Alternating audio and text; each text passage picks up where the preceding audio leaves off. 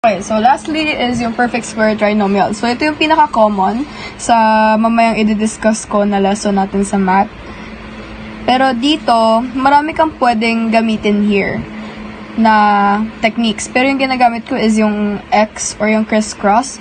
I mean, some of you are more familiar with tic-tac-toe, but hindi kasi ako familiar with tic-tac-toe. So, try ko lang aralin yon. So dito, as you can see, hindi tayo makakahanap ng GCF dyan because diba, wala siyang GCF, hindi rin siya difference of two cubes, hindi rin siya sum and difference of, hindi siya difference of two squares, hindi rin siya sum and difference of two cubes. So, perfect square trinomial yan, kung ganun.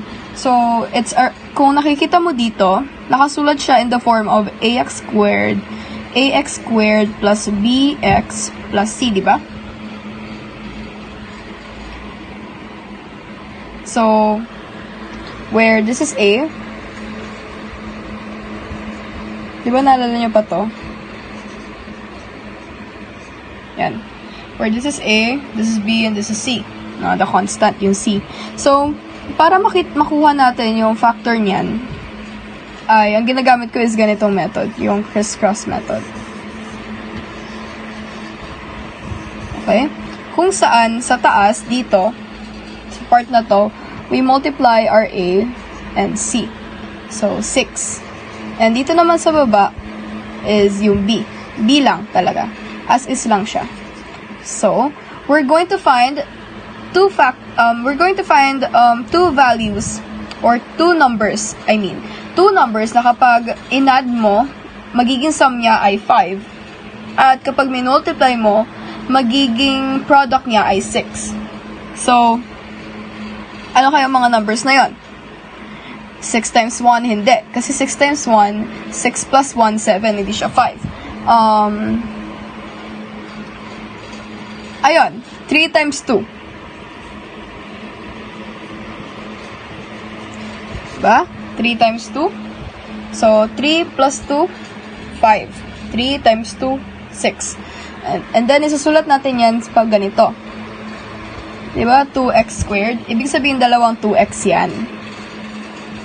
2x plus 3. 2x plus 2. Pero, pwede pa natin siyang masimplify. No? 2x plus 2. Pwede pa natin siyang i-divide by 2. So, magiging x plus 1. So, ganyan mo, that's how you factor. No? Using the technique of perfect square trinomial. So, yun yung pinaka-common. Iba na ako ng kulay ng ballpen, hindi ko na kaya. So, dito. So, gawin natin ulit yung method ko.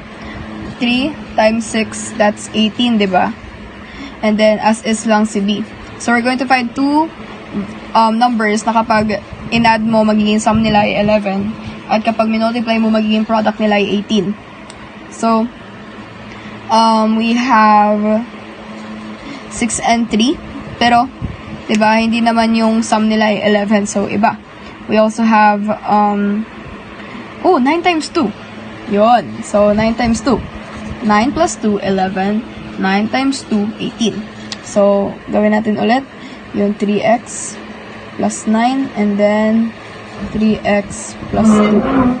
Tapos, simplify lang natin siya. Kasi pwede pa siyang masimplify.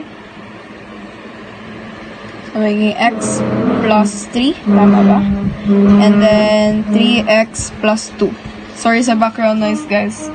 May inaayos lang kasi dito sa bahay. So, ayan. So, ganyan lang siya.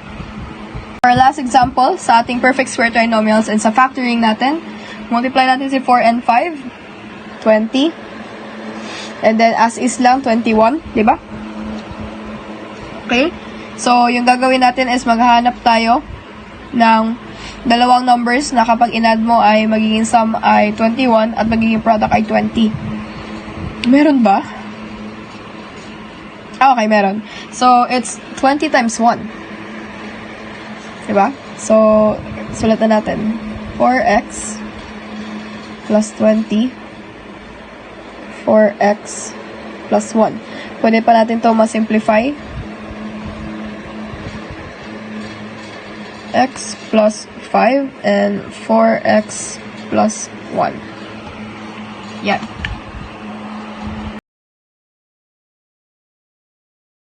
So, So, sa lesson na to, we're going to be finding, or we are going to determine if the divisor is a factor of the dividend, and we're also going to find the other factors of the dividend.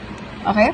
So, ito, for example, dito. So, hinahanap niya, sinasabi dito, show that x minus 4 is a factor of 3x cubed minus 5x squared minus 26 minus 8. Then, give its other factors. So, para mas mabilis, gamitin na natin yung synthetic division. So, naka-descending order naman sila, descending power, and there's no missing terms naman. So, pwede na tayo magdiretso. So, 3, 12, 7, 28, 2, 0. So, dito, bibigyan na natin siya agad ng conclusion. Therefore, x minus 4 is a factor of 3x cubed minus 5x squared minus 26 minus 8. Pero, sa dito, kapag dito, pahanapin natin yung other factors, kapag hahanapin natin yung other factors ng ating dividend, ang kailangan nating hanapin ay ang quotient. So, paano nga ba tayo gumagawa ng quotient? Diba? Kung ito ay 3x cubed, ang highest degree niya, ang highest degree ng ating dividend ay 3. Ibig sabihin, dapat ang highest degree ng ating quotient ay less than the degree of our dividend. Ibig sabihin, yung magiging degree ng ating quotient ay 2. Diba? So, magiging 3x squared plus 7x plus 2. So, this will be our quotient. Now, very important yung quotient na ito mamaya. Okay? Very important yun mamaya. Since we have already determined that x minus 4 is a factor, and na-determine na rin natin na 3x squared plus 7x plus 2 is the quotient of ng problem na to, now, we're going to factor it. Diyan na nag-a-apply yung nileson natin kanina, yung recap ko kanina about factoring polynomials. Okay, so check natin. Is it, can we factor it by using GCF method? Hindi.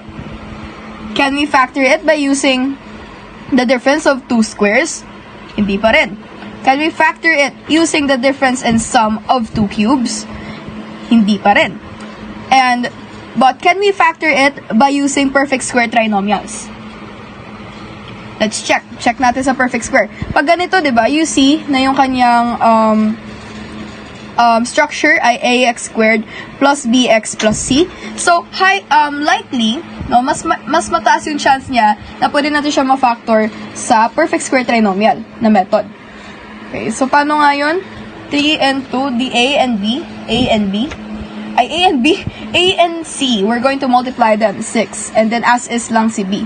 So, we're going to find two numbers that kapag in-add mo sila, they will have the sum of 7, and if you multiply both of them, then they will have the product of 6. So, meron tayong 6 times 1, diba? So, 3x, kasi 3x squared, plus 6, and 3x plus 1. We can still, simplify this. So, magiging x plus 2. And 3x plus 1. So, hindi ko na masulat yung ating conclusion, no? Pero, ganito yung conclusion niya.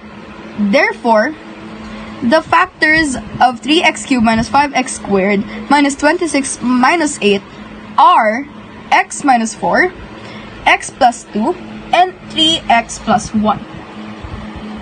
So, dito naman, for this example, so, may napapansin ba kayo? Oo, may missing term.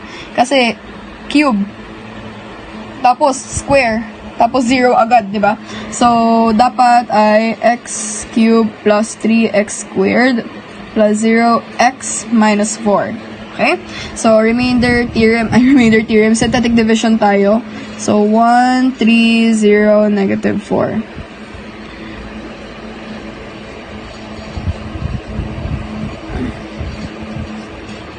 Okay, 0. So, conclusion, x minus 1 is a factor of x cubed plus 3x squared minus 4.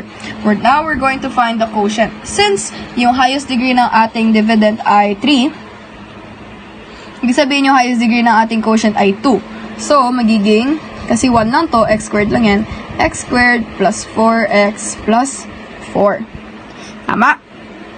Tama. Ngayon, hahanapin natin ang iba pang factors ng ating dividend.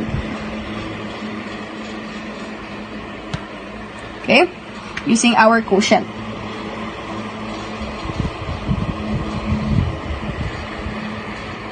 Okay. So, can we factor that using the GCF method? Hindi. Hindi. Can we factor that using the difference of two squares? Hindi rin. Can we factor that using the difference or the sum of two cubes? No. Can we factor that using the perfect square trinomial method? Kasi nga, parang yung structure niya ay ax squared plus bx plus c, di ba? So, most likely, perfect square trinomial. So, gamitin natin yung ginagawa ko kanina pa.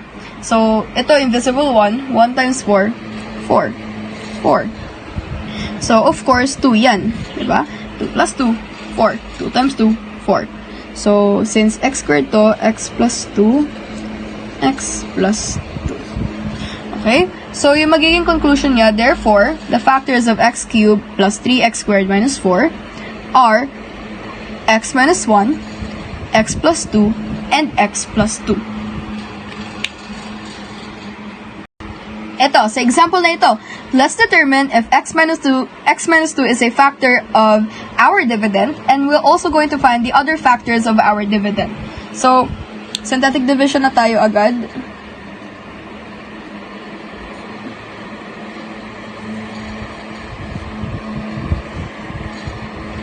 Alam na natin to. Dapat sanay na tayo dito. Okay, so conclusion, x minus 2 is a factor of x cubed minus 2x squared minus 9x plus 18 since the remainder is 0. Ngayon, hanapin natin yung quotient. Since yung highest degree ng ating dividend ay 3, you can see here, ibig sabihin, yung magiging highest degree ng ating quotient ay 2. So, magiging x squared. Bakit x squared? Kasi 1 to. Hindi na natin kailangan ng 0. X squared, tapos, minus 9 na lang. Okay? Ayan na yung ating quotient. Ngayon, meron na tayong quotient, pwede na nating mahanap yung ibang factors ng ating dividend. Ngayon, bumalik tayo sa mga skills, techniques, in factoring polynomials. Pwede ba siyang ma-factor using the GCF method? Hindi. Pwede pa siyang ma-factor using the difference of two squares. Tama. We can factor it using the difference of two squares. So, magiging x ito. Ito naman, ano yung square root ng 9? 3. So, ang magiging sagot niya ay x plus 3 at x minus 3. Diba? So, conclusion. Therefore, the factors of x cubed minus 2x squared minus 9x plus 18 are x minus 2, x plus 3, and x minus 3.